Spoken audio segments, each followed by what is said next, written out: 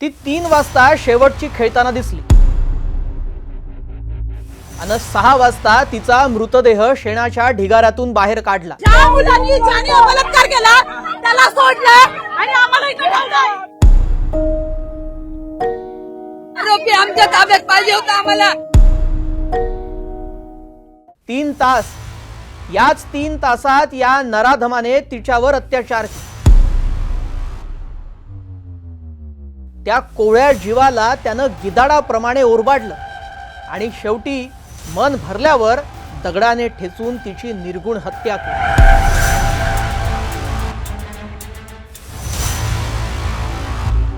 हत्येनंतर आपलं पाप लपवायला या राक्षसाने माणुसकीची परिसीमाच ओलांडली। चिमुकलीच्या मृतदेहाला अक्षरशः शेणाच्या ढिगाऱ्यात लपवलं, पण पोलिसांनी अगदी काही तासातच तो मृतदेह शोधून काढला। पण नेमकं त्या 3 तासात काय घडलं, पोलिसांनी शेणाच्या ढिगाऱ्याखाली लपवलेल्या मृतदेहाला कसं शोधून काढलं आणि या सैतानाच्या अटकेचा तो थरार नक्की काय होता, काळजाचा ठोका चुकवणाऱ्या या घटनेचा संपूर्ण घटनाक्रम आपण या व्हिडिओतून पाहणार आहोत। नमस्कार, मी श्रेयस पांडे, तुम्ही पाहताय न्यूज18 मराठी।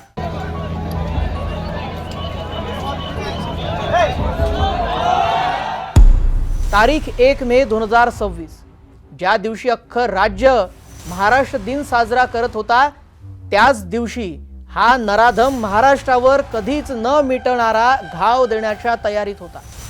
या नराधमाने त्या चिमुरडीला कशा प्रकारे फूस लावली आणि त्याचं पाप कसं समोर आलं याची धक्कादायक टाइमलाईन समोर आली आहे। तीच टप्प्याटप्प्यानं आपण पाहूया। 36 सेकंदाचा हा सीसीटीव्ही नीट पहा।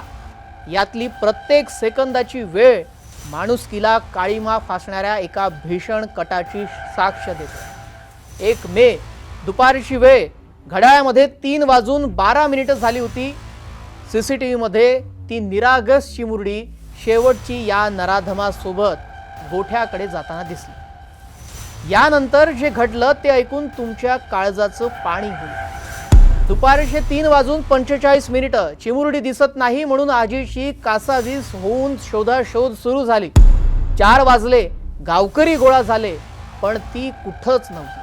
अखेर 4:30 वाजता राम मंदिर परिसरातील सीसीटीव्ही तपासण्यात आलं आणि गावकऱ्यांच्या पायाखालची जमीनच सरकली।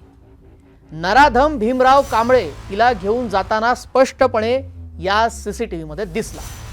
आता मात्र सगळ्यांना कळून चुकलं होतं की त्या कोवळ्या जीवासोबत काहीतरी भयंकर घडलं। यानंतर सुरू झाला एक थरार। गावकरी आणि पोलिसांनी जंग पछाडलं आणि अखेर संध्याकाळी 5:30 वाजता बनेश्वर फाट्याजवळ या नरभक्षकाच्या मुसक्या आवळल्या। गावकऱ्यांनी त्याला तिथंच चोप दिला, पण तेव्हाही कुणालाही कल्पना नव्हती की यानं माणुसकीच्या किती सीमा ओलांडल्यात। कुठे आमची लेक, या प्रश्नावर अखेर तो नराधम पोपटासारखा बोलला आणि संध्याकाळी 6 वाजता त्या कोवळ्या जीवाचा मृतदेह शेणाच्या ढिगाऱ्यातून बाहेर काढण्यात आला। तो रक्ताळलेला मृतदेह पाहताच गावकऱ्यांच्या संतापाचा ज्वालामुखी उसळला। 7 वाजता पोलिसांना घेराव घातला। वादानंतर पोलिसांनी तो मृतदेह हलवला, पण लोकांचा संताप कमी झाला नव्हता। रात्री 8 वाजता राजगड पोलीस स्टेशनवर गावकऱ्यांनी धडक दिली। आरोपीला आमच्या ताब्यात द्या ही मागणी करत रात्री 9 वाजता पुणे बंगळुरू महामार्ग रोखून धरला। अखेर रात्री 11 वाजता SP गिल स्वतः घटनास्थळी आले आणि लेखी आश्वासनानंतर हा रास्ता रोको मागे घेण्यात आला।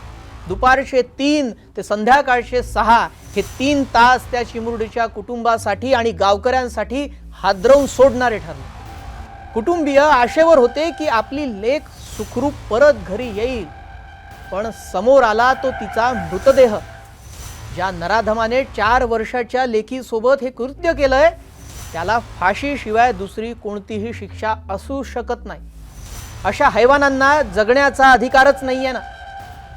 तुम्हाला याबाबत काय वाटतं, कमेंट करून नक्की सांगा। भेटूयात पुढील नव्या एका व्हिडिओसह। नमस्कार।